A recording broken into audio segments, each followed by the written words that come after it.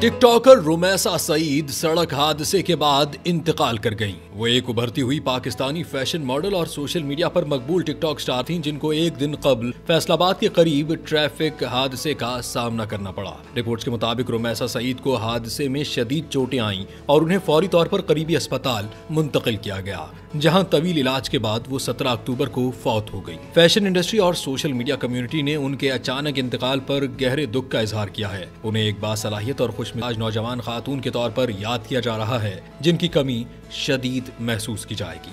उनकी नमाज जनाजा फैसलाबाद में अदा की गई।